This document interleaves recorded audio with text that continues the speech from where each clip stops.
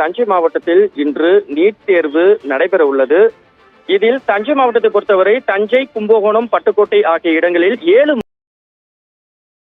மையங்களில் 5375 பேர் தேர்வு எழுத உள்ளனர். இதில் தஞ்சை ஆட்டுப்பாலம் அருகே உள்ள தனியார் பள்ளியில் மொத்தம் 600 மாணவர்கள் தேர்வு எழுத தற்போது ஆயத்தமாகி வருகின்றனர். இங்கு மாணவர்கள் கடும் கட்டுப்பாடுகளுக்கு இடையே உள்ளே தேர்வு எழுத அனுமதிக்கப்படுகின்றனர். மேலும் தன்னுடைய தேர்வு மையத்தை தெரிந்து கொள்ளும் வகையில் வெளியே அறிவிப்பு பலகையில் ஒட்டப்பட்டுள்ளது.